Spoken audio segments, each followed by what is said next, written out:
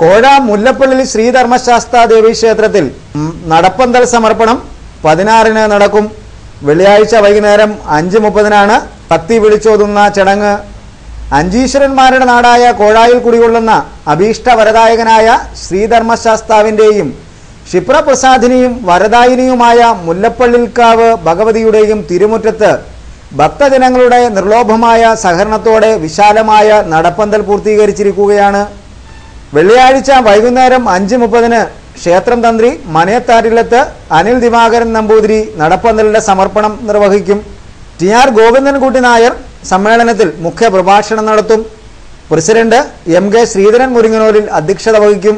AR Shivan Nedumpallil, Udayanapuram മടത്തിൽമന Kannan Namboothiri, ഗ്രാമപഞ്ചായത്ത് president TS Ramadevi, panchayat അംഗം Mini Mathai, NSS Karayogam president Jayakumar Madathil, panchayat vice president Leelamma Thomas, SNDP Shakhayogam president Biju Manappally, KC Shekharan Nair, PN Suresh എന്നിവർ പ്രസംഗിക്കും.